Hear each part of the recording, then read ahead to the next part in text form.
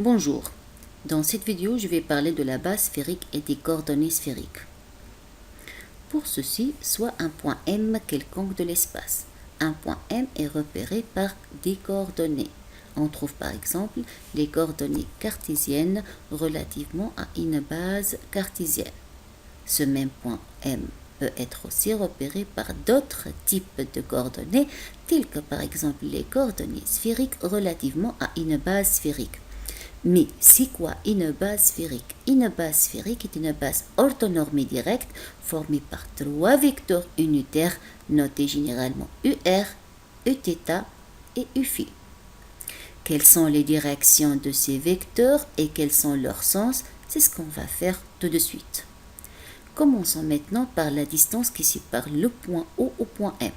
Cette distance est notée R et c'est la première coordonnée sphérique du point M. Maintenant, portée par cette droite et orientée de O vers M ou bien de M vers l'extérieur, on mène le vecteur UR.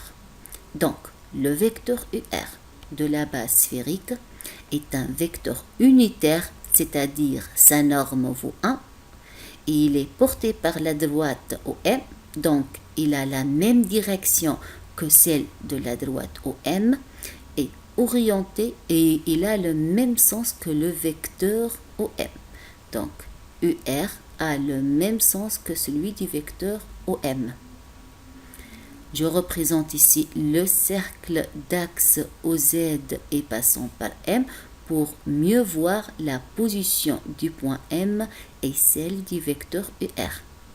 En effet, MUR se place dans ce plan gris qui est défini par l'axe DZ et la droite OM et qui fait un angle phi avec le plan XOZ. Cette droite grise est l'intersection de ce plan gris avec le plan X ou Y. L'axe des X fait un angle phi avec cette droite grise. L'axe des Z fait un angle θ avec le vecteur OM. Alors l'axe des Z fait un angle θ avec le vecteur UR. Perpendiculairement à UR, donc perpendiculairement à OM, et dans le sens croissant de θ se situe le vecteur Uθ. Donc le vecteur Uθ de la base sphérique est un vecteur unitaire contenu dans le plan gris, perpendiculaire au vecteur UR et dans le sens croissant de θ. Étant perpendiculaire à OM, il est donc porté par la tangente au cercle de rayon OM et contenu dans le plan gris. Les variables R, distance qui sépare le point O au point M, θ, l'angle qui sépare l'axe des Z au vecteur OM, et phi, l'angle qui sépare l'axe des X à la droite grise, ces variables sont appelées coordonnées sphériques du point M. Lorsqu'on dit coordonnées du point M, ceci veut dire que pour chaque position du point M, on a des coordonnées uniques. Et la donnée des coordonnées définit une position unique pour le point M. Remarquons maintenant que dans ce même plan gris se situent les vecteurs URO et UZ de la base cylindrique. Et pour mieux se rappeler des caractéristiques de ces vecteurs de base, vous pouvez revenir à ce lien que je vais le réécrire dans la description de cette vidéo.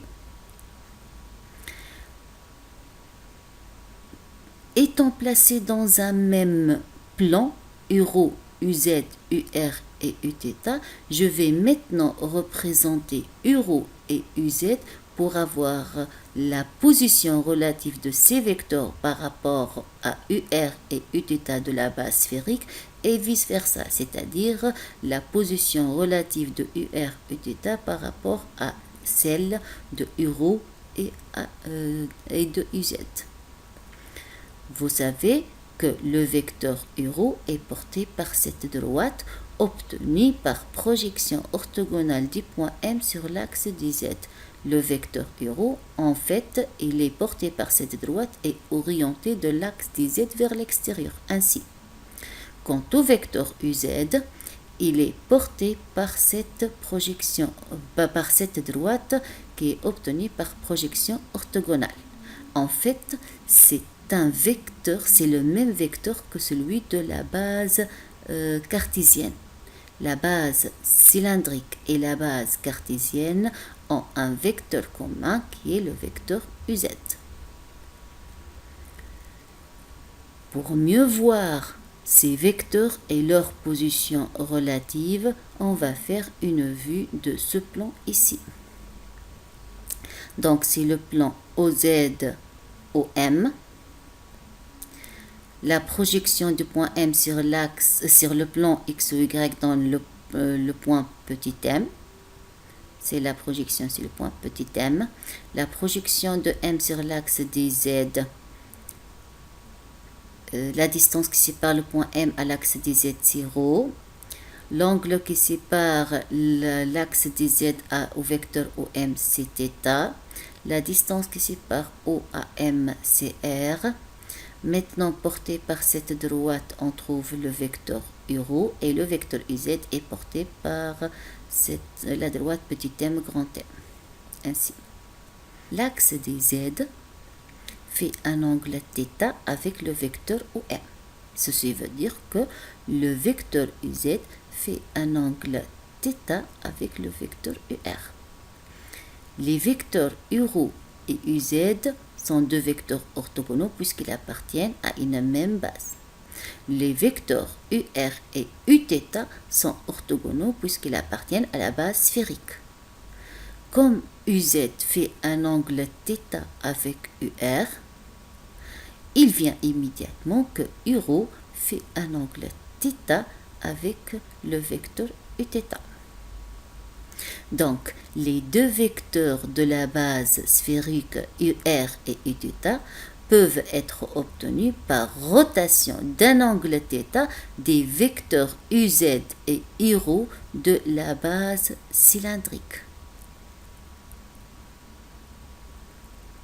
Alors jusqu'à maintenant, on a représenté et on a déterminé juste les directions et les sens de deux vecteurs de la base sphérique UR et Uθ. Il nous reste le troisième qui est UφI.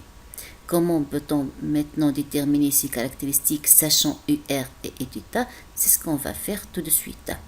Mais avant ça, j'ai représenté deux fois la figure qu'on arrive de déterminer. Et dans le premier cas, je vais essayer de supprimer les vecteurs de la base cylindrique, alors que dans le deuxième cas, je vais laisser les vecteurs de la base cylindrique et je vais supprimer les vecteurs de la base sphérique. On a ici les vecteurs UR et Uθ et on veut déterminer le troisième vecteur UφI. Or, UR, Uθ et Φ constituent une base orthonormée directe. Ceci veut dire quoi? Ceci veut dire que ces vecteurs de base obéissent à la loi de permutation, à la permutation circulaire. C'est quoi cette permutation circulaire? Ceci veut dire que Uθ, par exemple, est obtenu en faisant le produit vectoriel UφI vectoriel UR. UR vectoriel Uθ, on est en train de tourner dans le sens positif, ça donne UφI. Si on va faire UφI vectoriel Uθ, on est en train de tourner dans le sens inverse au sens positif, on trouve moins UR. Maintenant, on a UR et on a Uθ, il nous reste UφI. Donc, UφI, comment on peut l'obtenir? Il suffit de faire le produit vectoriel UR vectoriel Uθ. Donc, UφI, il est égal à UR vectoriel Uθ, il est donc perpendiculaire à UR et perpendiculaire à Uθ. UφI est donc perpendiculaire au plan formé par UR et Uθ, et il est par conséquent perpendiculaire à ce plan gris. il est obtenu en faisant le produit vectoriel UR vectoriel Uθ. Donc, le sens de U phi est obtenu par la règle de tire-bouchon. UR vectoriel Uθ, on doit tourner de UR vers Uθ ainsi. Et ainsi, dans ce sens, on est en train d'enfoncer le bouchon, non de le tirer. Donc, le vecteur U phi va être rentrant ainsi. Maintenant, dans le cas de la base cylindrique, on a U rho UZ, il nous reste le vecteur U phi. Or, la base U rho U phi UZ qui est une base orthonormée directe. Ceci veut dire que U phi est obtenu en faisant le produit vectoriel UZ vectoriel U rho et non U rho vectoriel UZ, car U rho vectoriel UZ, on tourne dans le sens opposé au sens positif, ça donne moins U phi. Donc U phi égale à UZ vectoriel U rho. Donc U phi il est perpendiculaire à UZ et à U rho. Il est donc perpendiculaire au plan formé par ces deux vecteurs. Il est donc perpendiculaire au plan gris. U phi égale à UZ vectoriel U rho. Donc on commence de UZ et on tourne vers U rho. Donc on doit tourner dans ce sens. Ce sens est aussi le sens d'enfoncer le bouchon, non de le tirer. Il vient immédiatement que le vecteur U phi est un vecteur rentrant. Remarquez que dans ces deux cas, le vecteur U phi est perpendiculaire au plan gris et il est rentrant. Il a donc les mêmes caractéristiques. C'est en fait le même vecteur. Pour cette raison, il a la même appellation. Donc le vecteur U phi est un vecteur commun entre la base sphérique et la base cylindrique. C'est le même vecteur. Alors si on récapitule, alors le vecteur UR de la base sphérique est porté par la droite OM et il a le même sens que le vecteur OM. Le vecteur Uθ est perpendiculaire à UR dans le sens croissant de θ. Le vecteur U phi est perpendiculaire à UR et à Uθ, donc il est perpendiculaire à ce plan gris. Il vient alors que le vecteur U phi est perpendiculaire à toute droite passant par le point M.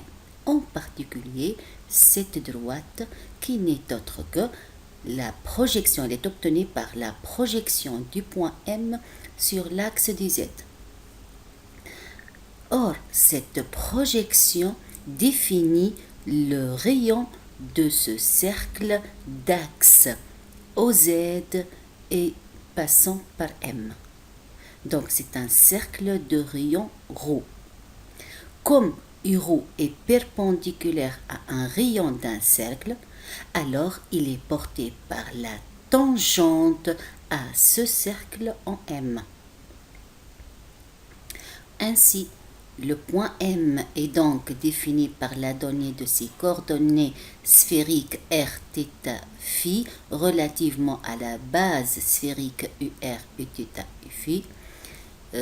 Le vecteur OM est parallèle au vecteur UR, donc je peux écrire que le vecteur OM égale à la norme du vecteur OM fois le vecteur unitaire UR, c'est-à-dire la distance OM fois UR, cette distance qu'on l'a déjà notée R fois UR.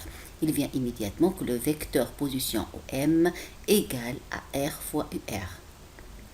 Il reste à remarquer que les directions et l'essence de ces vecteurs de base, c'est-à-dire les caractéristiques des vecteurs de la base sphérique UR, Uθ et U phi, dépendent de la position du point M, c'est-à-dire ces directions changent et ces sens changent lorsque la position du point M varie. On dit premièrement que cette base est une base mobile. Deuxièmement, ces vecteurs ne sont pas, les vecteurs de base UR, Uθ et phi ne sont pas des vecteurs constants, mais ils sont des vecteurs variables. Donc les vecteurs de la base sphérique sont des vecteurs variables. Alors je m'arrête à ce niveau et à la fois prochaine. Merci.